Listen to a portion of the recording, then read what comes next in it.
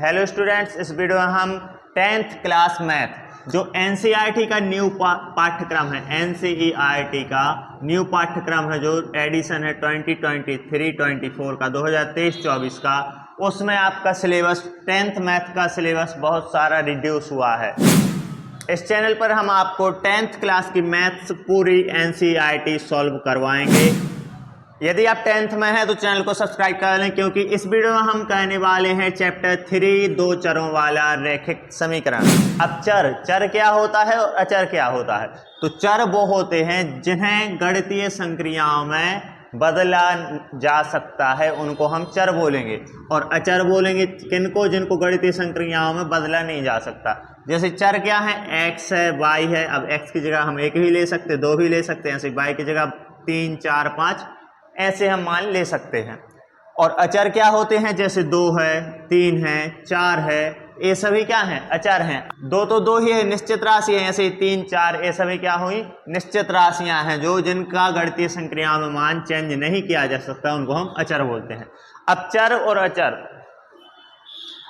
अब ये तो हो गए आपके चर और अचर। अब इसके आगे हम देखेंगे कि दो चरों वाले रैखिक समीकरण क्या हैं। अब दो चरों वाले रैखिक समीकरण, इससे पहले आपने 9th क्लास में पढ़ा भी होगा, यदि नहीं पढ़ा है तो हम आपको बताते हैं कि जैसे x² + 2x + 3 = 0 ये समीकरण है, तो इसमें कितना चर है? x क्या है? एक चर है, तो चर लेकिन एक ही है, x अकेला है, इसमें y तो कहीं दिख नहीं रहा। ले हम समीकरण लिखें 2x + y = 4, तो इसमें हमें एक x भी चर दिख रहा है और एक y भी चर दिख रहा है, यानी कि इसमें हमें दो चर दिख रहे हैं। तो एक कैसा रैखिक समीकरण है? रैखिक समीकरण है, यानी कि जिनको हम रैखिक समीकरण, जिससे हम x और y के मान निकाल कर बिंदु निकाल सकते हैं और जिसकी हम ग्राफ खींच सकते हैं। तो ये क्या है? दो चरों वाले रैखिक समीकरण। दो चरों वाले रैखिक समीकरण अर्थात जिनमें दो चर हो, x हो, y हो। अब t हो सकता और u हो सकता है। यदि 2t + 3u = 0, तो ऐसे हम क्या है? ऐसे हम कोई भी दो चर वाले रैखिक समीकरण ले सकते हैं।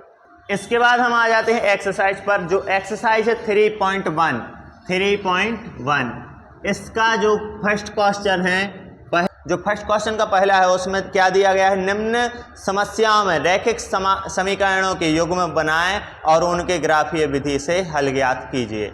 अब पहले तो हमें क्या बनाना पड़ेगा? रैखिक समीकरण बनाना पड़ेगा। इसमें कुछ समस्याएं दी गई हैं, उनमें पहले तो हम बनाएंगे रैखिक समीकरण। कैसे बनाएंगे ये हम आपको अभी बताएंगे, और उसका हमें ग्राफीय विधि से हल भी करना है।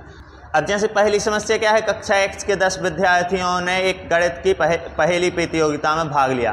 अब 10 विद्यार्थी हैं जिन्होंने प्रतियोगिता में भाग लिया। आगे ये बोल रहे हैं कि लड़कियों की संख्या लड़कों की संख्या से 4 अधिक। बस यहीं से हम चर मानेंगे। कैसे? ये माना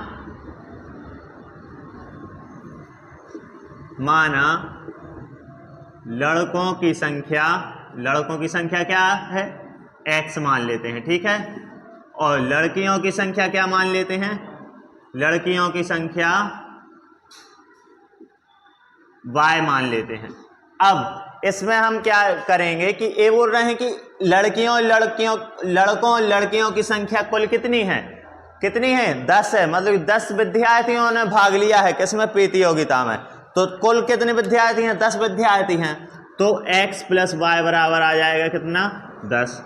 ये आ गया हमारा पहला। अब इसमें कितने? 1 और 2 चर है ना, तो दो चरों वाला ये हमारा पहला समीकरण आ गया। अब ये बोल रहे हैं कि जो लड़कियों की संख्या है लड़कों की संख्या से 4 अधिक है। अब लड़कियों की संख्या हमने क्या मानी है? लड़कियों की संख्या हमने मानी है y, कि लड़कियों की संख्या लड़कों की संख्या से 4 अधिक है। अब 4 अधिक है किसकी संख्या? लड़कियों की संख्या है 4 अधिक। तो हम क्या करेंगे कि y बराबर लिखेंगे x + 4। क्यों? अब जो लड़कियों की संख्या बराबर कब आएगी? जब x में हम लड़कों की संख्या में जब 4 प्लस करेंगे तभी तो y के बराबर आएंगे, क्योंकि इनकी संख्या कितनी है? 4 अधिक है। हम क्या करेंगे? y - x = 4। ये हमारे पास आ गया दूसरा समीकरण। अब हमें दो समीकरण मिल गए। अब दो समीकरणों को हमें क्या कहना, ग्राफीय विधि से हल करना, यानी कि ग्राफीय विधि से हमें x और y के मान निकालने हैं। किससे? ग्राफीय विधि से। ग्राफीय विधि से कैसे निकालेंगे? पहले तो अब हम साइड में दोनों इसका स्क्रीनशॉट ले लो आप, या तो इसको, क्योंकि हम दोनों समीकरणों को आप साइड में लिख रहे हैं। समीकरण पहला क्या है? x + 4y = 10। समीकरण दूसरा है y - x = 4। अब देखिए समीकरण हमने क्या, दो समीकरण बना लिए। इसको समीकरण 1 नाम दे दिया, इसको समीकरण 2 नाम दे दिया। अब हम क्या करेंगे, समीकरण 1 में क्या करेंगे कि x का मान हम 0 रख दे रहे हैं, ठीक है। समीकरण 1 में x का मान यदि हम 0 रख देंगे तो y का मान कितना आएगा? समीकरण 1 में x का मान 0, कैसे x का मान 0? x + y = 0 है, 10 है। x का जब हम मान 0 रखेंगे तो 0 + y = 10, यानी कि y = 10। जब हम x का मान 0 रख रहे हैं तो y का मान हमें क्या प्राप्त हो रहा? 10। अब यदि हम y का मान, अभी हमने क्या रखा, x का मान 0 रखने पर, अब रखेंगे y = 0 रखने पर, y = 0 समीकरण 1 में, समीकरण 1 में हम y = 0 रखेंगे तो x + 0 = 10, यानी कि x = 10। अब y का मान 0 रखने पर x का मान कितना आ रहा है हमारे पास? 10। अब हम एक बॉक्स बनाएंगे, ठीक है। ए बन गया बॉक्स, यहाँ पे x, यहाँ पे y। अब x का मान 0 रख रहे हैं, यदि हम x का मान 0 रख रहे हैं तो y का मान कितना आ रहा है हमारे पास? 10 आ रहा है। और यदि जब हम इसमें समीकरण 1 में, समीकरण 1 का बॉक्स है, समीकरण 1 में जब हम x का मान 0 रखेंगे तो y का मान हमारे पास 10 आ रहा। अब यदि हम y का मान 0 रख दें तो x का मान हमारे पास 10 आ जाएगा। आ गए? यदि x का मान 0 रखें तो y का मान 10 आ गया, y का मान 0 रखें तो x का मान 10 आ गया। जब हम ग्राफ बनाएंगे तब आपको अच्छे से समझ में आएगा। अब आ जाओ समीकरण 2 पर। समीकरण 2 में हम x बराबर, समीकरण 2 में हम रखेंगे क्या, x = 0। तो समीकरण 2 में x = 0 रखेंगे तो y - 0 = 4, यानी कि y का मान आ जाएगा 4। अब y का मान हम क्या रखेंगे समीकरण, अब y का मान हम रख दें कितना, 4 रख दें। y का मान हम यदि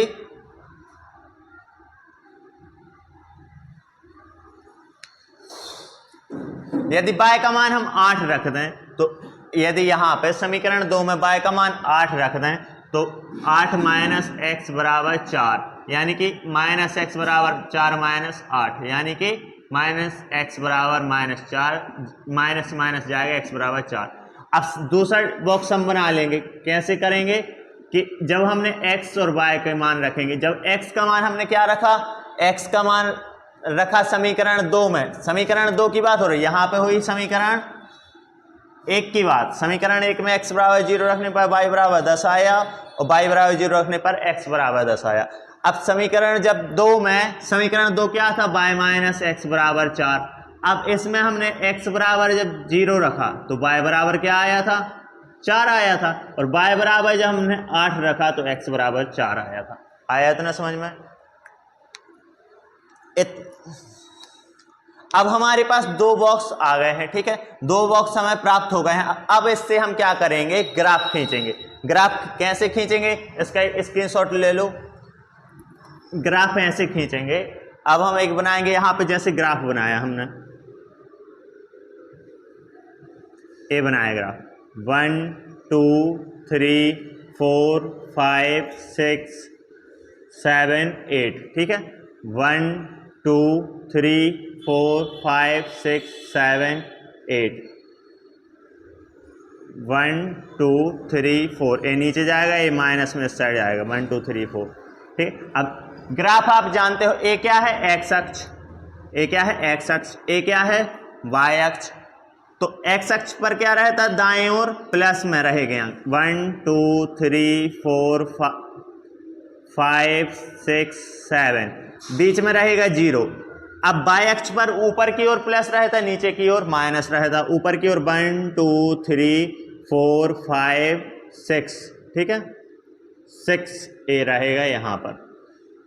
अब नीचे की ओर इसमें रहेगा -1 -2 -3, ऐसे इस साइड -1 -2 और -3।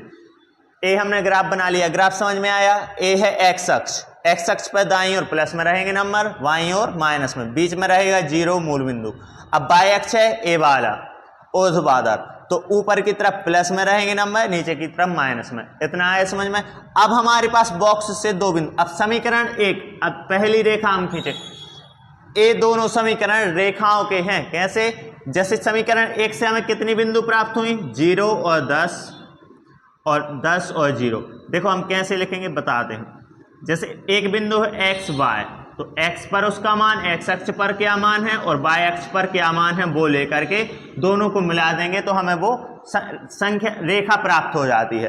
अब पहले हमारे पास है x अक्ष पर 0, y अक्ष पर 10। x अक्ष है जो a वाला अक्ष, इस पर हमें लेना है 0 बिंदु, 0 बीच में ही रहेगा। अब y अक्ष है जो, इस पर हमें लेना है 10। अब y अक्ष 10 लेना है, यानी कि ये कहाँ पर जाएगा? ऊपर जाएगा, और इसको ऊपर तक कर दो। तो 1 2 3 4 5 6 7 8 9 10, ये आ गया 10। इसको हम बना देंगे ऊपर बॉक्स को, x y 0 4 4 और 8, ठीक है। इसको हम यहां से हटा देंगे। अब a आ गया 10, 7 8 9 10। अब इस एक लेनी हमें क्या है कि जो x पर थी क्या 0 लेना था, और y पर क्या लेंगे हम 10 लेंगे। अब x पर 10 लेंगे, अब x पर यहाँ पर कितनी लेंगे? 10 लेंगे, तो 7 8 9 और 8 10।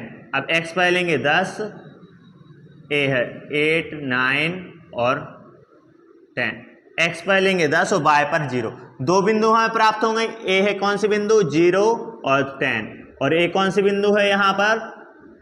10 0। अब दोनों बिंदुओं को हम क्या करेंगे? ऐसे जोड़ देंगे। दोनों बिंदुओं को हम ऐसे जोड़ देंगे। आ गया समझ में? अब हम जो y अक्ष के बिंदु हैं, इसमें क्या है? 0 और 4 और 8। अब पहले तो लेंगे 0 और 4, x अक्ष पर 0 और y अक्ष पर 4। y अक्ष पर लेंगे 4, अब x अक्ष पर 0, y अक्ष पर 4, यानी कि यहां पर हमें बिंदु प्राप्त हो गए। दूसरी बिंदु चाहिए x अक्ष पर 4 और y अक्ष पर चाहिए हमें 8।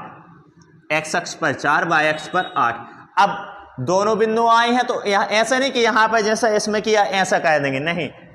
यहां से चलोगे आप ऊपर बिल्कुल उसके सीधे में, और यहां से चलोगे 8 से यहां पर, तो यहां पर आएगा इसका आपका a आ गया, ठीक है। अब एक बिंदु a आई थी, a कौन सी बिंदु थी? 0 और 4, और a कौन सी बिंदु है? 4 और 8, ठीक है। अब इन दोनों बिंदुओं को हम क्या करेंगे? मिला देंगे, ऐसे मिला दें तो a हमारे पास कौन सी रेखा आ गई? दूसरा समीकरण क्या है? y minus x equal to 4, और a कौन सी हमारे पास रेखा आ गई? x plus y equal to 10। दोनों रेखाओं को हमने संख्या रेखा पर ग्राफ। अब इसमें क्या कहना है? x और y के मान निकाल लें, तो दोनों रेखाएं जहां पर प्रतिच्छेद करेंगे वही क्या है? x और y के मान। तो दोनों रेखाएं कहां पर प्रतिच्छेद कर रही है? यहां पर। देखो अब ब्लैक जो ए बोर्ड है, बोर्ड पर थोड़ा एग्जैक्ट फिगर थोड़ा सा ही कम और ज़्यादा हो सकता है, लेकिन आप यदि ग्राफ पर जब ड्रॉ करोगे ग्राफ को, तब बिल्कुल एग्जैक्ट वही आएगा। देखो अब 3 यहाँ पर आ जा रहा है और 7, यानी कि कौन सी बिंदु हमें? दोनों की जो प्रतिच्छेदी बिंदु है, x अक्ष पर 3 और y अक्ष पर 7, यानी कि 3 और 7 बिंदु मालूम चल गए। यानी कि x और y की जो बिंदु आई है वो कौन सी है? 3 और 7, यानी कि x बराबर 3, y बराबर 7। यानी कि x किनकी हमने संख्या मानी थी? x थी लड़कों की संख्या, यानी कि लड़कों की संख्या 3 है, और लड़कियों की संख्या क्या मानी थी? y यानी कि लड़कियों की संख्या 7 है। ऐसे हमारे लिए एक क्या निकल आया? x और y का मान ग्राफीय विधि से। पहले आप ऐसे समीकरण बनाओगे, समीकरण बनाने के बाद जब समीकरण निकल आएंगे तब आप उनको ऐसे सॉल्व करके बिंदु निकालोगे और ग्राफ बनाओगे। अब यदि बीच में नहीं आया हो समझ में, तो एक बार फिर से हम बता दे रहे हैं। पहले तो समीकरण अपना बनाए। अब समीकरण में पहले हम x बराबर 0 रखेंगे, यहाँ पर x बराबर 0 रखा तो y बराबर 10 आ गया, y बराबर 0 रखा तो x बराबर 10 आ गया। अब हमारे लिए एक बॉक्स बना लिया। अब 0 10 एक बिंदु मिल गई और 10 0 दूसरे बिंदु मिल गई। अब इसके बाद दूसरे समीकरण में हमने जब x बराबर कितना 0 रखा तो y बराबर 4 मिल गया, और y बराबर हमने 8 रखा तो x बराबर 4 मिल गया। तो ए हमने दो बिंदु 0 4 और 4 8 दो बिंदु में मिल गए। दोनों को जब हमने ग्राफ पर बनाया 0 10 और 10 0 को, तो ए दोनों बिंदु मिली, इनको मिला दिया, और 0 4 और 4 8 ए दोनों बिंदु मिली, इनको मिला दिया।